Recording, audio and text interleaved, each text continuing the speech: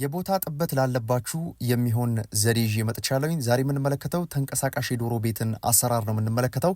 ዘርፈ ብዙ የሚባሉ ነገሮችን እንመለከታለን በዚህ ቪዲዮ ላይ። መስራትም የምትፈልጉ ካላችሁ የእንጨት ሙያ የብረት ሙያ ያላችሁ ካላችሁ ለእናንተ የሚጠቅም ልኬቱን እነግራችኋለሁኝ። ከ90 ዶሮ እስከ 120 ዶሮ የሚይዝ ባለ 3 ደረጃ እያንዳንዷን ማስገባት ያለባችሁን ግብአቶችን ጨምሮ ልኬቶችንም ጨምሮ እንዴት እንደምትሰሩት በግልጽ ሁኔታ አስረዳችኋለሁኝ። እንደ ማጠናከሪያ እንዲሆን በቪዲዮ ደግሞ እኔ ከዚህ ቀደም ያስገባውባቸው ዶሮ ያስረከብኩባቸው ሰልጣኞቼ ደንበኞቼን ቪዲዮ ደግሞ እየጋበዝኳችሁ በዛም ላይ ያያችሁ እንዲሁም ደግሞ እዚህ ጋር መነግራችሁን ደግሞ ቁጥሮች ትይዙልኛላችሁ። በተለይ ማስታወሻ ቢኖራችሁ በጣም የተሻለ ነው። ለማሰራትም ስትፈልጉ ደግሞ ልክ እንደዚሁ አይነት ሜዠርመንት ወይም ደግሞ ይህንን አይነት ልኬት አድርጋችሁ ደግሞ ማሰራትም እንድትችሉ አድርጌ በዲዛይንም እንዲሁም ደግሞ በቁጥር ማስቀምጬላችኋለሁ። ጥቅሙን እንመለከታለን። እንዲሁም ደግሞ በምን ያክል ካሬ ላይ ምን ያክል ዶሮዎች መያዝ እንደሚቻል ምን ያክል ቦታ አላችሁ ምን ያክል ዶሮዎች መያዝ ይችላል የሚለውን በደንብ በስፋት እንመለከታለን ማለት ነው። እጅግ ጠቃሚ ቪዲዮ ነው ብዬ ነው የማስበው። በተለይም ደግሞ ወጣችሁ ተከራይታችሁ መስራት ለማትፈልጉ 50 ዶሮዎችን 100 ዶሮዎችን 200 ዶሮዎችን መያዝ ለምትፈልጉ በጣም አሪፍ መረጃ ነው ብዬ ነው የማስበው። ብዙዎች የተጠቀሙበትና አሁንም እየተጠቀሙበት ያሉት አይነት ዘዴ ነው። ስለዚህ ዛሬ የምንመለከተው ቨርቲካል ዲዛይን የሆነ የኬጅ ታይፕ ወይም ደግሞ የሀገር ውስጡን ኬጅ ነው የምንመለከተው። የሀገር ውስጡን ኬጅ እንግዲህ በሀገራችን ተገጣጥሞ ወይም ደግሞ በሀገራችን ተመርቶ ለገበያ የሚቀርብ ነው። ስለዚህ ይሄንን ከ90 እስከ 120 ዶሮ መያዝ የሚችለውን ቤት የቤቱን ርዝመቱን ቁመቱን ስፋቱን እንዲሁም ደግሞ ስሙዝ የሆነ የእንቁላል መንከባለል እንዲኖር ወይም ደግሞ ሮል እንዲያደርግ ስሎፑን ነግራችኋለሁ። ምን ያክል ደግሞ ተዳፋት እንደምናደርግለት በደንብ ነግራችኋለሁኝ። አብራችሁን ከቆያችሁ በጣም ጥሩ ነገሮችን እንዲሁም ደግሞ አሁን ከሀገራችን ላይ ካለው ደግሞ ትንሽ ደግሞ አፕግሬድ እናድርገው እናሻሽለው ስንል ደግሞ የተወሰኑ 1-4 የሚሆኑ ነጥቦችን ነግራችኋለሁኝ። የተሻለ አድርጎ ለመስራት ማለት ያ ማለት ከውጪ እንደሚመጣው ለማመጣጠን ወይም ደግሞ ያንን ያክል ደረጃ እንዲኖረው ለማድረግ 1-4 የሚሆኑ ነጥቦችን ደግሞ እገልጽላችኋለሁኝ። አብራችሁን ከቆያችሁ ጥሩ ትምህርት ታገኙበታላችሁ ብዬ ተስፋ አደርጋለሁ። 103ኛ ዙር ላይ ደርሰናል። ስልጠናችንን በጣም እየገሰገስንን ያለ ነው። ሰዎች መርጠውን እየመጡና እየሰለጠኑ ነው ያሉት። ሰልጣኞቻችን ሰው እያመጡልን ነው የሚገኙት በዚህን ሰዓት። እጅግ በጣም እናመሰግናለን። ይህንን ለምታደርጉ ይህንን ለምትደግፉን ሁሉ እጅግ እያመሰገንኩኝ እናንተም ያልሰማችሁ ካላችሁ መሰልጠን ፈልጋችሁ ቦታ ያጣችሁ ካላችሁ የስልጠና ማዕከላችን እየመጣችሁ መሰልጠን ይቻላል። 3 ቀን ብቻ ነው የሚፈጅባችሁ። በ3 ቀን ውስጥ እንግዲህ ይሄ ስራ ያዋጣል አያዋጣም፣ ሪስኩ ምን ያክል ነው፣ እችለዋለሁ አልችለውም፣ ዶሮ እርባታ ከኔ ምን ይፈልጋል የሚለውን ፍንትው አድርገን የምንናገርበት ስልጠና ነውና በደንብ የምትማሩበት ልምዶቻችንን ሳይንሱን ሼር የምናደርግበት ነው። አንድ ጀማሪ ዶሮ አርቢ ሳይከብደው ቀለል ብሎት እንዲማር ከሀበሻ ዶሮዎች ጋር በማገናኘት እንዲሁም ደግሞ ከዚህ ቀደም ሰርታችሁ የምታውቁ ከሆነ ያን እንደ ምሳሌ በማንሳት እነዚህን ነገሮች እያደረግን ሰዎች በግልጽ እንዲረዱትና በቀላል አይነት ጊዜ ሳይፈጅባቸው በደንብ ነገሩን ግልጽ አድርገው እንዲረዱት ለማድረግ ስልጠና አሰጣጣችን በጣም ጥሩ የሚባል ነው። እንግዲህ ከሰዎች የተቀበልነው አስተያየት ነው በነገራችን ላይ ይሄ አሁን መነግራችሁ ማለት ነው። ስለዚህ አድራሻችን ዱከም ነው። የራሳችን ነፃ ትራንስፖርት አለን። ዱከም ከገባችሁ በኋላ ወደ ስልጠና ማዕከላችን ወስዳችኋለን። ከስልጠና ማዕከላችንም ደግሞ ወደ በቂ ትራንስፖርት ወደምታገኙበት ቦታ ላይ እናደርሳችኋለን ማለት ነው። ለተከታታይ 3 ቀን የሚሰጥ ስልጠና ነው። 2 ቀን ቲዮሪ ያለን፣ 3ኛው ቀን ደግሞ ሙሉ በሙሉ ፕራክቲካል በሆነ መንገድ የምንማርበት ይሆናል ማለት ነው። ወደ መረጃዬ ልግባላችሁ። ዛሬ የምንመለከተው ከ90 እስከ 120 ዶሮዎችን የሚይዝ ተንቀሳቃሽ ቤት እንዴት እንሰራለን የሚለውን ነው። ስለዚህ ዛሬ ከ20 ዶሮዎች ጀምሮ መስራት ትችላላችሁ። በነገራችን ላይ ይሄ የግድ 120 ዶሮ መሆን አለበት አይደለም። ከ20 ዶሮ ጀምሮ እስከ 120 ዶሮዎች በአንድ ጊዜ መያዝ የሚችል ነው።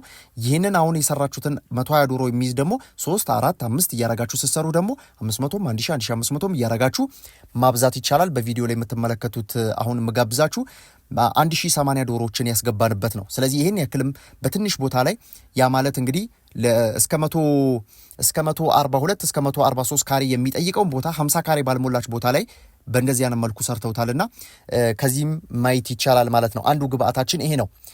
የመጀመሪያ ደረጃ ይሄንን ተንቀሳቃሽ ቤት ስንሰራ ምንድነው ተጠቃሚ የምንሆነው የሚለውን ልንገራችሁ። የመጀመሪያው ብዙ ሰዎች እንግዲህ በግቢ ውስጥ ከመስራታቸው ጋር ተያይዞ ሽታ ያስቸግራል። ስለዚህ በቀላሉ ኩሱን ለማጽዳት ስለሚመች ለሽታ የመዳረግ እድላችሁ በጣም ዝቅተኛ ነው። ሁለተኛ ቦታ ቆጣቢነቱ ነው። ቦታ ቆጣቢነቱ ቨርቲካል ዲዛይን ነው እንዳልኳችሁ ባለ3 ባለ4 ደረጃ እያለን ነው የምንሰራውና በጣም ቦታ ቆጣቢ ነው። ወይም ደግሞ በቀላሉ በትንሽ ቦታ ላይ ብዙ ዶሮዎችን መያዝ የምትችሉበት ነው። ከዚህ በተጨማሪ ደግሞ ራሳችሁ ዶሮዎቻችሁ ማኔጅ እንድታደርጉ በጣም ቀላል ነው። ለአያያዝ በጣም አመቺ ነው። ያ ማለት ለምሳሌ ዶሮቻችንን ለመመገብም ሊሆን ይችላል። እንዲሁም ደግሞ ዶሮቻችንን ለመንከባከብ ዴይሊ አክቲቪቲያችንን ከጠዋት እስከ ማታ የምንሰራውን ስራ ቀለል ባለ አይነት ሂደት መስራት የምንችልበት ይሆናል ማለት ነው። ለአያያዝ ለእንክብካቤ በጣም የተመራጭ የሚያደርገው ነው። ከዚህ በተጨማሪ ታዲያ ይህንን አይነት ቤት በሎካል ማቴሪያል መስራት ይቻላል። ያ ማለት ለምሳሌ ኢምፖርት እንደሚደረገው አይነት ኬጅ ሲስተም አይደለም። ይሄኛው በብረትም በእንጨትም አድርጋችሁ መስራት የምትችሉት ነው። የብረት ሙያና በቅርበት በረከስ ባለ አይነት መንገድ የብረት ግብአቶችን የምታገኙባቸው አካባቢዎች ላይ ካላችሁ በብረት ብትጠቀሙ ያ ማለት የእድሜ ሁኔታውን እንደሚረዝም ይታወቃል። ነገር ግን ደግሞ በእንጨት የምትሰሩ ከሆነ ትንሽ ሞዲፋይ ለማድረግ አጅስት ለማድረግ ጥቅሞች አሉትም ከብሎ ከሚታሰቡ ነገሮች ውስጥ በየጊዜው ለምሳሌ ዶሮቻችን ሌየሮች ቢሆኑ እንዲሁም ደግሞ ዴኦልድ ብናስገባበት እንዲሁም ደግሞ ፑሌቶችን ብናስገባበት ለነዚህ ሁሉ እንደ እድሜያቸው አድርገን አጀስት ለማድረግ ወይም ደግሞ ሞዲፋይ ለማድረግ ይመቻል። በተለይ በብረት የሚሰራው በእንጨት ግን ትንሽ አስቸጋሪነቱ ከፋ ያለ ነውና ከዛ ጋር ተያይዞ ማወቅ አስፈላጊ ነው። እንግዲህ ይህንን አይነት ኬጅ በምትሰሩበት ሰዓት ወይም በምታሰሩበት ሰዓት በምገዙበት ሰዓት ልዩ ጥንቃቄ ማድረግ ካሉባችሁ ነገሮች ውስጥ ልንገራችሁ።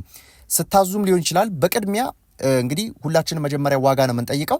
ከዋጋው ቀጥሎ ግን እንዴት እንዲሰራላችሁ እንደምትፈልጉ ባለሙያውን የምትነግሯቸው ነገሮች ናቸው እነዚህ አሁን የምነግራቸው። የመጀመሪያ ልኬት ነው። እንግዲህ አብዛኛው የሚሰሩ ኬጆች ከልኬት ጋር ተያይዞ የተለያየ የሚባል አይነት አሰራር አላቸውና የመጀመሪያውን ስንመለከት ርዝመቱን ማወቅ አስፈላጊ ነው። ለምሳሌ ርዝመትን ስናነሳ 1 ሜትር ያክል ርዝመት ያለው ቅድም እንዳልኳችሁ እንግዲህ ከ30 እስከ 40 ዶሮዎችን በአንድ ደረጃ ብቻ መያዝ የሚችል እና ደግሞ ባለ 3ም ባለ 4ም ማድረግ ትችላላችሁ እሱን። ነገር ግን በአንዱ ደረጃ 30 ዶሮዎችን የሚይዝ ከሆነ በ3ቱ 90 ይዛል፣ በ4ቱ 120 ዶሮዎችን ይዛል ማለት። ስለዚህ አንዱ ደረጃ ላይ 30 ዶሮዎችን ለማስገባት ወደ ጎን ርዝመቱ 1 ሜትር ወይም ደግሞ 100 ሳንቲሜትር ታደርጉና እንዲሁም ደግሞ ስፋቱን 60 ሴንቲሜትር ታደርጋላችሁ። ከዚህ በመቀጠል ደግሞ የምናደርገው ምንድነው? ከፍታው ነው። በአጠቃላይ እስከ 40 ሴንቲ ያክል ከፍታ ሊኖረው ይገባል። ያ ማለት ይሄ ሜሹ አለ አይደለም፣ ፍሎሮ አለ፣ መረጋገጫቸው አለ። ከዛ ተነስተን ወደ ላይ ስንለካው 40 ሴንቲሜትር ይሆንና ከዚህ በተጨማሪ ደግሞ ሁለተኛው በጀርባ በኩል ያለው ደግሞ 38 ሴንቲ ያክል ከፍ ይላል ማለት ነው። ያ ማለት ዜሮ ስሎፕ ነው የሚሆነው በጀርባ በኩል። በፊት ለፊት በኩል ደግሞ የተወሰነ ስሎፕ ስለምንሰጠው ያ ማለት ከ8 እስከ 10 ዲግሪ ያክል ስሎፕ እንሰጠዋለን። ይሄ ማለት ግን የተወሰነ ጭማሪ ይኖረዋል ማለት ነው። ያ ማለት የፊት ለፊቱ ሰፋ ይላል፣ የኋላው ጠበብ ይላል ማለት ነው። ያ ማለት ኤግ ሮለር የምንለው አለ አይደለም፣ እንቁላል የሚያንከባልልልን ያንን ስናካትትበት ማለት ነው። ስለዚህ ከዚህ ጋር ተያይዞ ስፋቱን ርዝመቱን በዚህ መልኩ ማየት ያስፈልጋል ማለት ነው። ሌላው በደንብ ማየት ያለባችሁ አላይመንቱ መስተካከል መቻል አለበት። ያ ማለት አላይመንቱ ትክክል የማይሆን ከሆነ የዶሮቻችን የስርጭት ሁኔታን በጣም ይረብሽብናል። ያ ማለት ከአመጋገብ ጋር ተያይዞ ከአጠጣጥ ጋር ተያይዞ አንዳንድ ቦታዎች ላይ ጠበብ ያሉበት ቦታ ላይ አንዳንድ ቦታ ላይ ሰፋ ያለ ቦታ የሚኖር ከሆነ ስራችሁን በጣም ከሚረብሹ ነገሮች ውስጥ የሚጠቀስ ነው ማለት ነው። እነዚህን ከግምት ውስጥ በደንብ ማስገባት አስፈላጊ ነው የሚሆነው። እንዲሁም ደግሞ ከእንቁላል መሰበር ጋር ተያይዞ ዶሮዎች ጋር ታፍኖ መሞት ጋር ተያይዞ እንዲሁም ደግሞ ለኩስ አወጋገድ በጣም አመቺ የሚሆኑ ማቴሪያሎችን መጠቀም፣ ፕላስቲኮቹንም እንዲሁም ደግሞ ብረት ነክ ነገሮችንም መጠቀም ይቻላል። እንደ ባትራ ስባችሁ አውጥታችሁ ምደፉበት፣ እነዚያ ነገሮችን ከግምት ውስጥ ማስገባት ያስፈልጋል ማለት ነው። ስለዚህ ከእነዚያ ነገሮች ውስጥ ማየት አስፈላጊ ነው። ምናልባት ከዚህ መረጃ ጋር ተያይዞ ግን ልብ ማለት ካሉብን ነገሮች ውስጥ በጣም መጠቀስ ካሉብን ነገሮች ውስጥ የሚጠቀሰው ምንድን ነው? የመጀመሪያው የምንጠቀማባቸው ማቴሪያሎች ያ ማለት ዝገትን መከላከል የሚችሉ ሊሆን ይገባል። ለምሳሌ ብረት ነው ካልን ብረት ይዝጋል። ስለዚህ ብረት ደግሞ እንዳይዝግ አንቲሬስቶችን የግድ መቀባት ይኖርበታል። እንዲሁም ደግሞ ምናልባት በምርት ዘመናቸው መካከል ላይ ወይም መካከል ላይ ምርት የተወሰነ እንቁላል ምርት ከጀመሩ በኋላ መካከል ላይ የቀለም ቅብ ስራዎች ሊከናወኑ ይገባል ማለት። ካልሆነ ግን ምናልባት የበሽታ አምጪ ተዋሲያኑ በቀላሉ ሊራቡበት የሚችልና ረጅም ጊዜ ሼድ አድርገው ሊቆዩበት የሚችልም አይነት እቃ ብረት ነክ ነው። ስለዚህ ብረት ነክ የሆኑ ነገሮችን ማራቅ ያስፈልጋል። ብንጠቀምበትም ምናልባት ከዝገት መከላከል የሚችሉ አይነት ግብአቶች ሊሆኑ ይገባል። ከዚህ በተጨማሪ ደግሞ ያው ቅድም ስሙዝ የሆነ ሮሊንግ እንዲኖር ወይም ደግሞ የእንቁላል መንከባለል እንዲኖር ስሎፑ መጠበቅ በጣም ያስፈልጋል። ከዚህ በተጨማሪ ደግሞ ለመረጋገጫ ሜሽ የምንጠቀመው 2.5 በ5 ሴንቲ የሆነ ስፋት ያለውን ነው። አሁንም ከምን ጋር ይያያዛል? እንቁላሉን ከማከባለል ከመቻል ጋር ተያይዞ የምንጠቀመው በተለይ ስፔሻል የሆነ ፍሎር ሜሽ መጠቀም መቻል አለብን። በተለይ ደግሞ ለእግር መረጋገጫ፣ ያ ማለት ኩሳቸውን በትክክል ማስወገድ የሚችል፣ ሁለተኛ ነገር ደግሞ እንቁላሉን በትክክል ሊያንከባልልን የሚችል ሊሆን ይገባዋል ማለት ነው። ስለዚህ እነዚህ ነገሮች በደንብ ከግምት ውስጥ መግባት ይኖርባቸዋል። ሌላው ከዚህ በተጨማሪ ማየት የሚኖርብን በዚህ በተንቀሳቃሽ ቤት ላይ ማየት የሚኖርብን ጉዳዮች ምንድናቸው? ትንሽ ሰፋ ለማድረግ ወይም ደግሞ ትንሽ አፕግሬድ ለማድረግ ለማሻሻል አሁን ወቅቱ ላይ እየተሰሩ ካሉት ኬጅ ደግሞ ለማሻሻል የመጀመሪያውና ዋነኛው ቤልት መግጠም ነው። ማይኑር ቤልት ይባላል። ያ ማለት የኩስን ማስወገጃ ቤልት ማለት ነው። ላው ላይ ቤልት ይገጠምበትና ያ በቀላሉ በምታንቀሳቀሱበት ሰዓት በቀላሉ ኩስን ወደ አንድ ቦታ ወይም ደግሞ ወደ ጉድጓድ ሊሆን ይችላል፣ ወይም ደግሞ ወደ ማጠራቀሚያ እቃችሁ ሊሆን ይችላል፣ ወይም ደግሞ በሆነ በሸራም ላይ ሊሆን ይችላል፣ በሆነ ነገር ላይ በምታጓጉዙበት በጋሪ ላይ ሊሆን ይችላል። እነዚህ ላይ በቀላሉ ይደፋላችኋል ማለት ነው። ስለዚህ ማኑር ቤልት እንግዲህ በራሴ ኬጅ ሰርቼ በደንብ አሳያችኋለሁኝ፣ ምን አይነት እንደምንጠቀም በደንብ አሳያችኋለሁኝ። ከዛ ጋር ተያይዞ እንግዲህ እነዚህን ከግምት ውስጥ ማስገባት ያስፈልጋል ማለት ነው። ሌላው እንግዲህ ከግምት ውስጥ ማስገባት ካሉብን ጉዳዮች ጋር የሚገናኘው ምንድን ነው? ወይም ደግሞ አፕግሬድ ለማድረግ ለማሻሻል ኬጁን በተወሰነ ደረጃ ኳሊቲውን ለመጨመር ስናስብ ማድረግ ካሉብን ነገሮች ውስጥ የመመገቢያና የመጠጫ ጉዳዮችን በተወሰነ መልኩ ፒቪሲውን ብንጠቀም በጣም የተሻለ፣ ፕላስቲክ ነክ ነገሮችን ብንጠቀም የተሻለ ነው። ከዚህ በተሻለ ግን ጋልቫናይዝዱን ብታገኙና ብትጠቀሙ በጣም የተሻለ ዱራቢሊቲውን በጣም ይጨምርላችኋል ማለት ነው። ከዚህ በተጨማሪ ደግሞ ጎማ መግጠም ነው። ያ ማለት እንዳልኳችሁ ተንቀሳቃሽ የዶሮ ቤት ነው። ተንቀሳቃሽ የዶሮ ቤት ሲሆን በሸክም ከምታረጉት ለጽዳት ሊሆን ይችላል፣ ዶሮችን ከሆነ ቦታ ወደ ሆነ ቦታ ለማንቀሳቀስ ሊሆን ይችላል። ገዘፍ ያሉ ጎማዎች ተገጥመውለት በቀላሉ ማንቀሳቀስ የምትችሉበት፣ ከቦታ ማቀየር ብትፈልጉ፣ ማጽዳት ብትፈልጉ፣ ዶሮቻችንን አቅጣጫ መቀየር ብንፈልግ በቀላሉ በሸክም ከሚሆን ዶሮች ገብተውበት በሸክም በጣም ይከብዳል። ብቻውን ራሱ ባላደረግ ደረጃው በጣም ከፍተኛ ክብደት አለው፣ የብረት ጥርቅሞች ስላሉ ላው ላይ። ስለዚህ በጎማ ቢሆን ግን ሊሾ መሬት ላይ በቀላሉ እንዲንቀሳቀስላችሁ ማድረግ ይቻላል ማለት ነው። ከዚህ በተጨማሪ ኤልኢዲ ላይቶችን መግጠም ነው።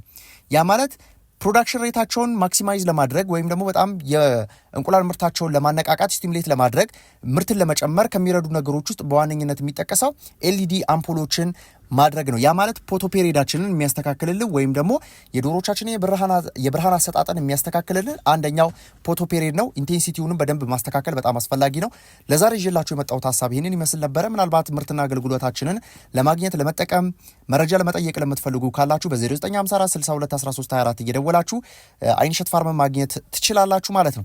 ስለዚህ የእኛን አገልግሎት ፓኬጁን መጠቀም ብትፈልጉ በተለያዩ አቅጣጫዎች እንግዲህ ያልሄድንበት ቦታ ላይ የለም ማለት ይቻላል። በጣም ብዙ የሚባሉ ክፍለ ሀገራትም እንዲሁ አዲስ አበባ ዙሪያም በስፋት ዶሮዎችን እያወጣን እያሰራጨን ነው የምንገኘውና ለዶሮዎቻችንም ደግሞ በእንቁላል ጣይ ዶሮዎች ያ ማለት ምርጥ ከሚባሉ ዝርያዎች ውስጥ የተመረጡት ደረጃ 1 ከሚባሉ ዝርያዎች ውስጥ ለእንቁላል ጣይ የሚመረጡትን ዝርያዎች ይዘናል። ከዚህ በተጨማሪ ታዲያ ሌሎች ጋር የማታገኙትን በስፋት እኛ ጋር ደግሞ የ3 ወር እድሜ ያላቸውን ለመጣል ቅርብ የሆኑ እንዲሁም ደግሞ ለአያያዝ ምቹ የሆኑ እድሜ ያላቸውን ዶሮዎች ደግሞ አቅርበናል። ስለዚህ እነዚህ ምርቶች ከኛ ጋር ማግኘት ለምትፈልጉ በ0954 62 13 24 እየደወላችሁ ማግኘት ይቻላል። እንዲሁም ደግሞ በ0969 58 30 22 ላይ እየደወላችሁ መረጃዎቻችንን ማግኘት ትችላላችሁ።